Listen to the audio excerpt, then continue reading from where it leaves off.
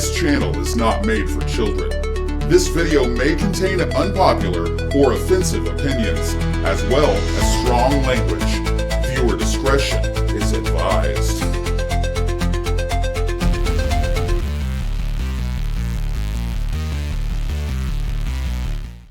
Have you guys seen who Todd McFarlane's casting choice for the DC Universe's Batman is? I think he might have found the perfect actor. That's what this person says here. This is an article by Ben Gibbons over on Screen Rant. Todd McFarlane is a big name in comics, and he's weighed in on who he thinks could play the DCU's Batman.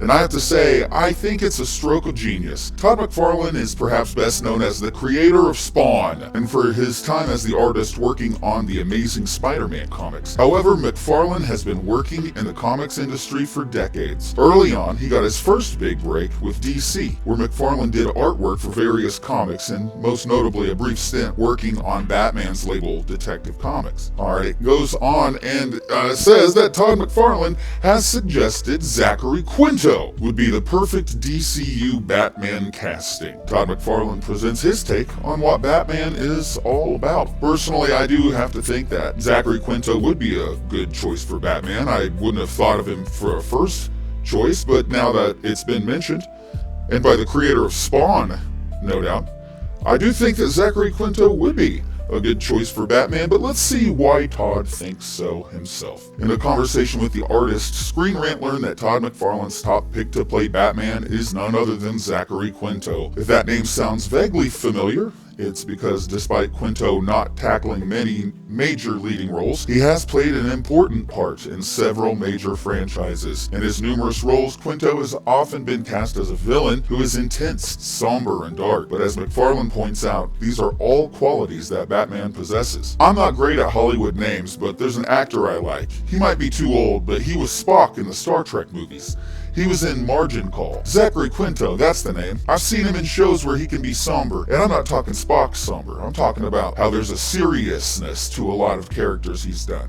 I think Batman needs that personality because Batman, to me, is a guy that's so focused. Here's who Batman is to me, which is why I like him and I think he's the coolest. He comes home to all his money, but he doesn't give a about the money. It's like, what do you care about? He just goes home, sits there, and then at 2 o'clock in the morning, he gets out the black costume. I oddly get that guy. He doesn't like bullies, and I have no patience in my life for bullies, and he's just going, I'm not going to be afraid. I'm going to get them to be afraid of me.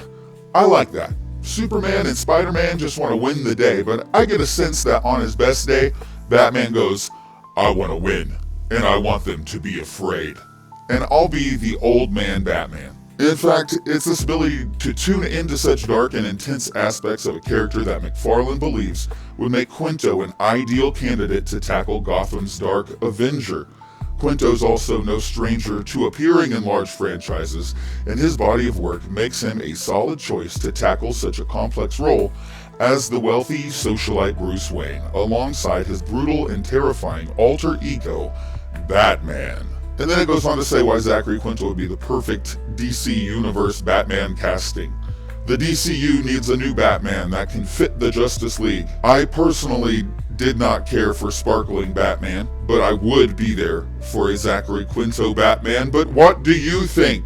Do you think that Zachary Quinto would make a really good Batman, or do you think he would fall flat, man? I want to know your opinion in the comments section. This has been General Malaise. That concludes today's transmission. If you experienced even the faintest flicker of enjoyment or emotional response of any kind, please do the human thing. Click like, subscribe, and enable notifications so you don't miss whatever this was supposed to be. By subscribing, you officially enlist in the Army of Malaise, a brave, weary collective marching through the battlefield of pop culture, armed only with cynicism and commentary. I'm General Malaise. I discuss movies, games, social decay, and anything else I can't stop thinking about.